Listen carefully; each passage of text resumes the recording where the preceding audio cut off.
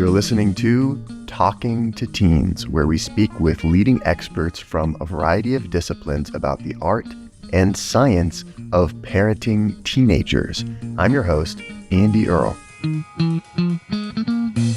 Hey, we're here today with Michelle Icard talking about her new book, 8 Setbacks That Can Make a Child a Success. Michelle has designed a simple 3-step approach to helping our teens bounce back from setbacks and learn important life lessons. In the book, she walks through 8 of the biggest setbacks that teenagers often experience and shows us how we can respond as parents in a way that will help them bounce back. In today's episode, we are going to walk through the framework and dive deep into a few of the situations, and we'll end up with a set of tools for turning failure into success. Michelle Icard has written for the Today Show parenting team, NBC News Learn, CNN Science and Wellness, and the Washington Post. She's also the author of 14 Talks by Age 14 and Middle School Makeover. She's been featured in the Chicago Tribune, Time, People, and is the author of the new book, 8 Setbacks That Can Make Your Child. Michelle, thank you so much for coming on the show today. It's great to be here. Thank you. I am really looking forward to this one. You've got a new book, 8 Setbacks That Can Make a Child a Success. Yes, brand new baby out there. Exciting. Congratulations. How did this concept come about for a book, and what sort of inspired you to do all this work to put this together? I actually came at this concept sort of through the side door. I'm really interested in sociology. I'm interested in coming of age. So I love a coming of age book. I love a good coming of age movie. I think that is the best genre out there. My kids always joke when there's a new coming of age movie out there. But conceptually, I'm fascinated by the idea of how different cultures and societies and people across time and geography and all different kinds of different sort of barriers, how they usher young people towards adulthood, what that looks like for them, and what is universally true. So it started there in a real kind of geeked out academic way, and it morphed into a deeper look at failure, because failure is a huge part of becoming an adult. It's actually a huge part of rites of passage into leaving childhood behind. I wanted to explore kind of the joy of failure and what it brings to our lives in really productive ways.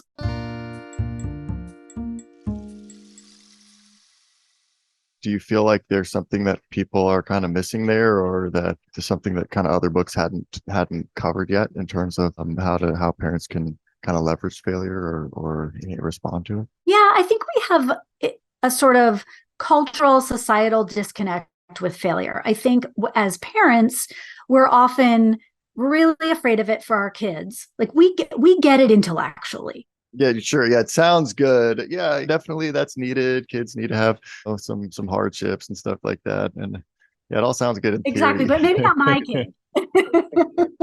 Not my kid, not today.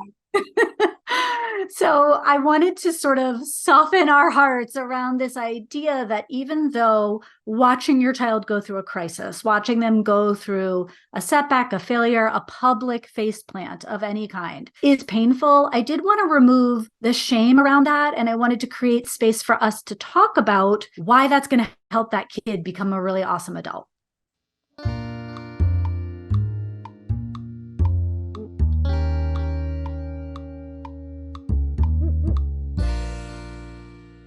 We talk a lot about values on this podcast, and I thought something interesting that you mentioned in your book about values, or values sometimes conflicting, just the very real situation that's going to occur as your child starts to decide what their values are, that they're going to be different than yours. How do you think you prepare people to deal with that or think about that?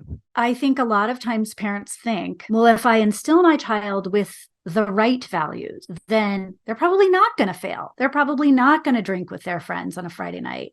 They're probably not going to send a nude to another person, right? There's this idea that values can be a protective element, and they can be a really wonderful element in decision making. But for young people, values can also be just a great way of self-exploration, and they don't always stick. And they also can be a big part of identity formation when you're separating from your parents and you're trying to figure out who you are and what you believe in.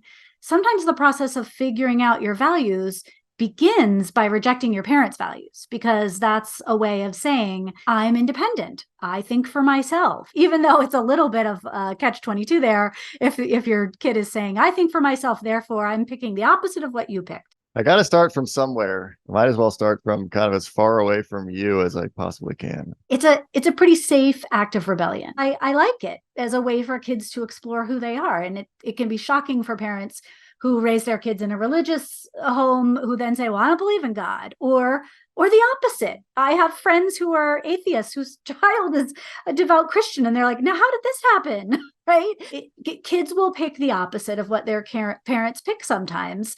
And sometimes it sticks and sometimes it's just self-exploration. But what it never is a invisibility cloak that will take that kid and keep them safe from making mistakes. So that's where I wanted parents to really have a better understanding of what values do for you and what they don't. We think it's like values are something that we can sort of take and transplant into our kids. And okay, if we just raise them with these values, then everything else will take care of itself or something like that. I don't think that that's really true. They're going to develop their own values. It's important to talk about with them. Yeah. And a big thing that I'm seeing now, I don't know if you're encountering this a lot, is a lot of parents who are saying, how is my son speaking this way about women or about kids of other races or ethnicities? We did not raise him this way. What's going on? And there's this sort of YouTube culture where a lot of young men are expressing values that are so contrary to the way that their parents raised them. And I think that's another real shocking element to this. It feels like a big failure for young boys, but is such an opportunity to have really important conversations if you're not so frightened of the difference in perceived values. Yeah, but it's easy to just like see red and go into start freaking out. Like, what? We didn't teach you that. We didn't raise you to think like that or believe that. And I think, yeah, it's how do you kind of check yourself and not take it personally? Absolutely. It's so hard. But anyway, that's sort of the point of the book, is getting you to get out of the frame of mind of taking it personally, making it shameful, being embarrassed by it, and getting to a place where you can help your kid grow from it and not stuck there.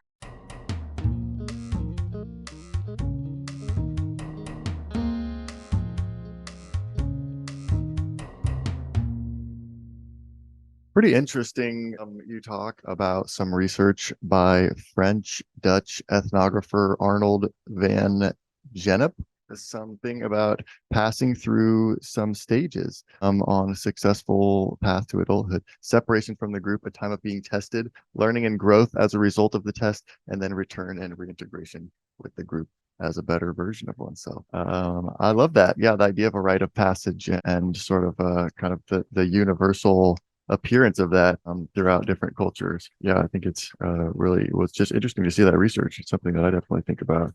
How do we kind of provide our kids with those types of possibilities?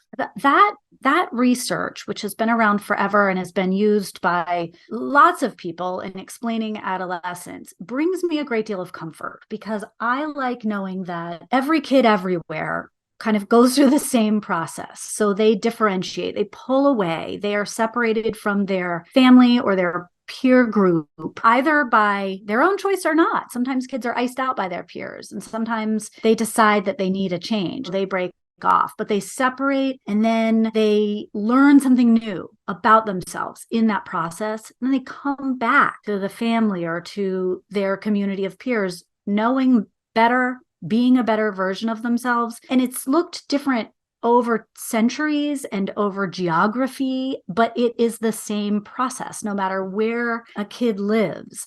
That's really what it means to be an adult, to go through that. Knowing that and watching a kid who's struggling with their friends or who's made a really bad decision that's caused a break in in their sense of community, I'm comforted knowing, okay, this is the process and we do this and it's painful, and then learn and grow and then come back and be better. Yeah, I love that. And just how that's the natural flow. And it really strikes me too how similar that is to the hero's journey. That's like every every story that you read ever is the same basic kind of four steps that are in this research on kind of what is a rite of passage. And you talk about coming of age stories and everything, but really it's all always that similar sort of thing of having some going away, getting in over your head a little bit and having to sort of figure something out, and then coming back having learned a lesson, or being changed in some way. And it's like as much as we want to just give our kids everything, you can't give them that, because it fundamentally involves going away. Step one is they have to go away on their own in order for it to work. So yeah, that's exactly it. That hero's journey, that Joseph Campbell sort of exploration of mythology. Like this is what the universal truth is here, folks. This is how it works, right? There's a big piece of that where we step aside and we say, we'll be right here when you come back around again. And that's really hard. There's a little bit more than we can do, a little bit more we can do than just stepping aside. We can facilitate really great conversation with kids about this. And the best way to do that is to be non-judgmental and not to freak out and say, I can't believe you did X. I raised you better than that. Why in the world would you make that decision? When you do that, your kid's going to say, see you later, right? But if you're able to talk about this in a way that is free of judgment and that is really curious, more questions like, that must have been hard. Tell me what you did next, and tell me how you felt when you did that. And what are your thoughts about moving forward on this? That's going to get a kid to open up. So there's some direction in the book about how to move through this together, side by side. You're not holding their hand and leading them, but it's a way to make sure that your kid doesn't get stuck in the mud and this failure doesn't become the headline of their childhood.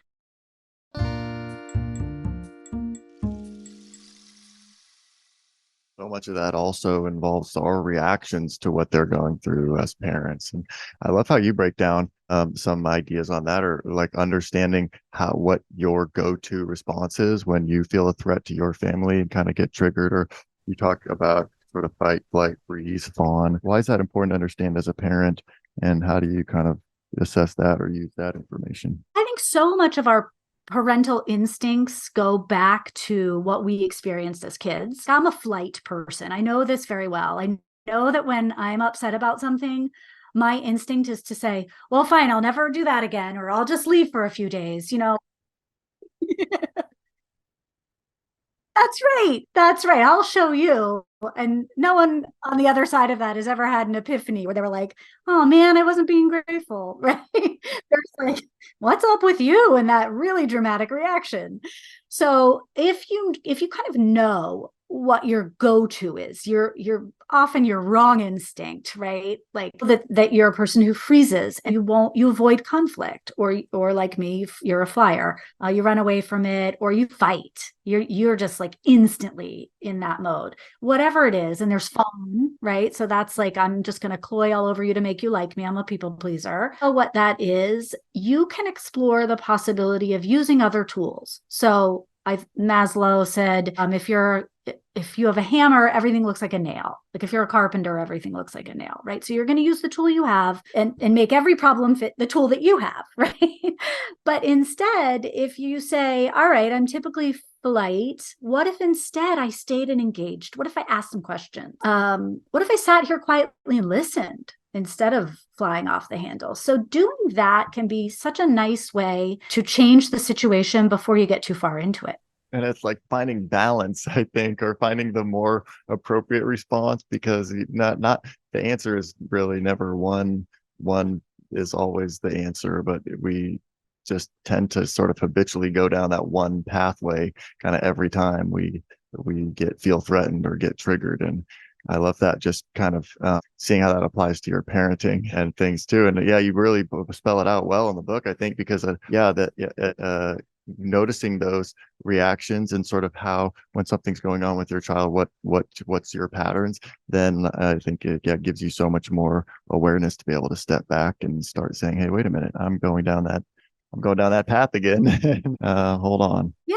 And maybe it's the right path, but maybe it's not. You won't know until you kind of look at your different options and try a few things. Try the wrench, try the screwdriver, not just the hammer, and see how they work for you.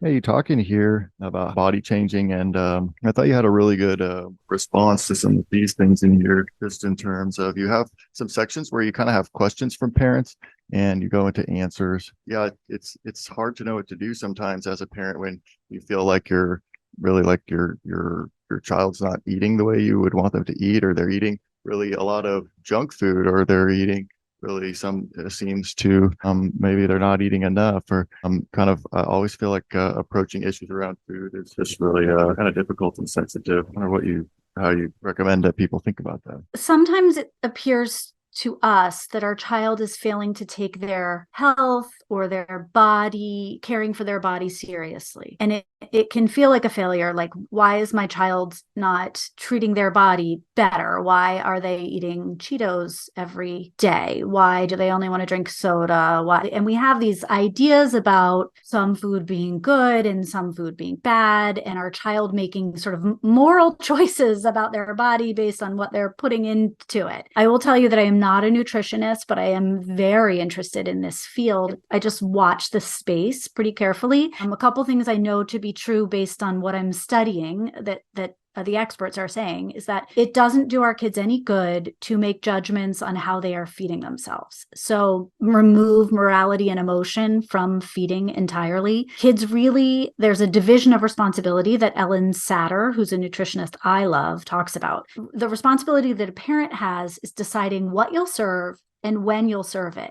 Your child gets to decide whether they eat at all, how much they will eat, when they stop, when they feel full, and if they just want bread. If you have bread on the table and they say no to the pork and no to the green beans and they only want the bread, that's their choice. All you do is make it accessible to them. And you want to make enough of the really exciting foods that are full of fat and flavor available so your child isn't craving them either because it's a forbidden thing or because it just tastes delicious. Oreos are yummy, right? So you want to have enough of that stuff around so that they don't feel like in order to satisfy themselves, they have to go elsewhere or be secretive about how they eat. So that's kind of my approach to this based on the research that I've done. And I think it's just a misunderstanding that a lot of adults have, again, probably based on how their parents reacted to their changing bodies and to how they ate food. But there's enough good resources out there that we can shift our mindset on that. It's much better for kids.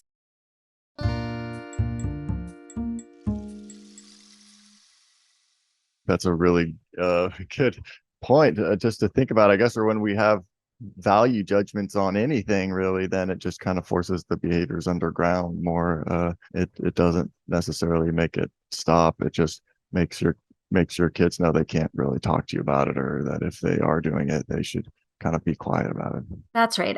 The idea of making them sneaky, and a parent might say, I'm not making them sneak. I'm just not allowing them to have soda every day. Well, that's fine to say that to yourself. But the reality is, if your child really wants soda and you're not allowing some amount, you don't have to say soda with every meal. But if you're not allowing some amount of access to that, then they are going to have to sneak. Or yeah, make a choice between being honest with you, or doing something that yeah they really want or their friends are doing, or whatever. I would think that most parents want their home to be a place where their middle and high school age kids want to bring people around. It's frustrating for parents when they say, why won't my kid ever hang out at our house? They only go to their friends' houses. And one of the easiest ways to do that is by having really awesome snacks. Like, just, you might not Doritos and Coke. But if your garage fridge has Dr. Pepper in it and you have Doritos in the pantry and it's not an everyday thing, but it's like, yeah, man, when your friends come over, you guys help yourselves and hang out and shoot baskets and have a Dr. Pepper. Suddenly your house is a cool place to hang out. And I think there is tremendous value in that above and beyond any nutritional considerations. Such a great point. Yeah. The trade-offs. I think also with a lot of this stuff, it's like again, with thinking about your reaction or what those kind of different ways that you can get triggered. A lot of times it's when we feel like our kids are really kind of sneaking around or going behind our back with things. Maybe we're kind of we're fight mode. We're getting triggered in fight mode, and that's what's causing them to feel like they have to sneak around on us, is because when we find out about these things, we get really pissed off, or we lose it or go off the handle, when they've learned that, wow, it's really kind of better to just keep this a little quiet and not let my parents know that I'm doing this or find out about this, because they kind of can't handle it. So I think it kind of connects also with what we were talking about earlier. Absolutely. Absolutely. And that this is not to say your kid gets a free pass to do whatever they want, and you just have to say, okay, dear, because you don't want to create a sneaky kid or create conflict. But what kids can really handle debate, and they can handle negotiation, and they love negotiation, and they're really excellent at compromise. But when they feel like there is no shot at that, when they feel like they can't say, I want to stay out later because everyone else is staying out later, or I want to be able to go to this party because all the kids in my class are going, and there's not a shot at negotiating with you reasonably, it's going to be a fight, or you're going to shut it down because you're really strict or really firm. That's when kids are going to say exactly what you just said. Better if I don't ruffle anybody's feathers. We're here with Michelle Icard talking about how parents can help our teens bounce back from failure. And we're not done yet. Here's a look at what's coming up in the second half of the show. It's absolutely normal for kids to put themselves first in most scenarios. They're really egocentric in their thinking, and that's developmentally appropriate. Where I would say there are some lines that can be crossed is if your child is doing things that are intentionally hurtful to other members of the family. That is a source of great anxiety for parents if they see their child floundering socially, if their child struggles with making friends or keeping friends. I mean, I talked to parents who said, my child jumps from best friend to best friend and is never really satisfied. Or my child cannot find a friend. They're struggling with being accepted by their peers. But I think parents should look at what the pattern is here. If it's, for example, a kid who's being rejected by their peers consistently. Maybe they've even changed schools to try a fresh start. Maybe they've tried different soccer teams or whatever it is, and it just never works out. Then maybe that kid needs some help with their behavior that's off-putting to other kids. Then they probably need some resources and some help. And the parents might need a little bit of help too, because parents might be so desperate for the kid to make those friendships that they are willing to overlook what is not working out. I think parents often jump to a conclusion when they find something that they feel is evidence. And it may be that your conclusion is exactly right, but it may be that it's not. Usually, I think it's helpful to give a free pass the first time. So you could say something like, hey, I found this. It's probably not yours. I'm sure one of your friends accidentally fell out of their pocket, but it brings up something that I think we should talk about. Definitely downplay your suspicion, but what you're doing is encouraging your kid to talk to you about these things. Once you've done that, you can say, so here's the rule going forward. There's no vaping in our house. And if I find a vape cartridge, I'm going to assume that it belongs to you. Want to hear the full episode? Head over to talkingtoteens.com/register for a free trial of our premium podcast. You get exclusive access to loads of great content with no obligation. And your membership supports the work we do here at Talking to Teens. Get started today with a free trial over at talkingtoteens.com/register. Thanks for listening. We'll see you next week.